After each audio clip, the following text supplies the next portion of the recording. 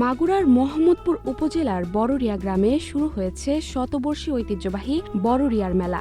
১৩৪ বছরের ইতিহাস বহনকারী এই মেলা ঘিরে পুরো এলাকায় তৈরি হয়েছে উৎসবের আমেজ, মানুষের ঢল আর বাণিজ্যিক ব্যস্ততা। এই মেলা আমি যখন ছোট ছিলাম, আমার বয়স এখন ৬০ বছর, আমার ৪-৫ বছরও আমার বাবার ঘাড়ে চড়ে আসছি, মেলা দেখছি। কিন্তু আগের তুলনায় এবার অনেক জাঁকজমকপূর্ণ হচ্ছে স্বতঃস্ফূর্তভাবে। গত বছর আমরা মেলাতে আসছিলাম, অনেক ভয় ভীতির ভিতরে আসছিলাম, কিন্তু এখন স্বতঃস্ফূর্তভাবে মানুষ আসছে। প্রতি বছর ২৮ পৌষ বড়রিয়া গ্রামে বসে এই ঐতিহ্যবাহী মেলা। সেই ধারাবাহিকতায় এবারও ৩ দিনব্যাপী মেলার প্রথম দিনে সোমবার দুপুর ১টার দিকে বড়রিয়ার মাঠে অনুষ্ঠিত হয় ঐতিহ্যবাহী ঘোড়দৌড় প্রতিযোগিতা। মাঠ জুড়ে ছিল হাজারো দর্শকের উত্তেজনা আর করতালির ঝড়। আসসালামু আলাইকুম। এটা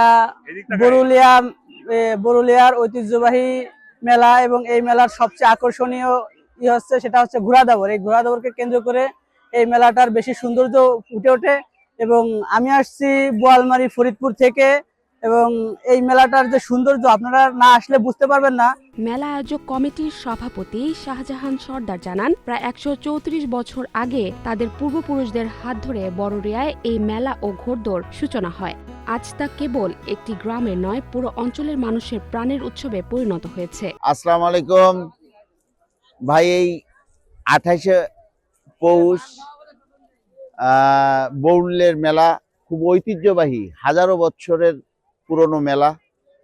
এই মেলা অত্যন্ত জাঁকজমকপূর্ণভাবে অনুষ্ঠিত হয় ঘোড়া দৌড়। হাজারো রকমের ঘোড়া আসে এখানে। যদি কেউ না আসেন সত্যই মিস করবেন।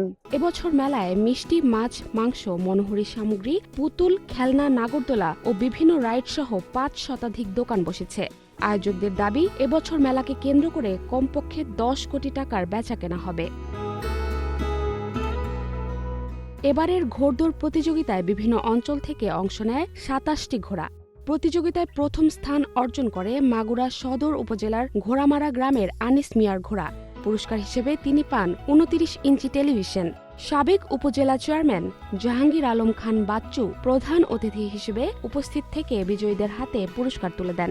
শতবর্ষী ঐতিহ্য আর আধুনিক আয়োজনের মেলবন্ধনে বড়রিয়ার মেলা শুধু বিনোদন নয়, এটি এই জনপদের সংস্কৃতি, ইতিহাস ও অর্থনীতির শক্ত ভিত্তি হয়ে দাঁড়িয়েছে।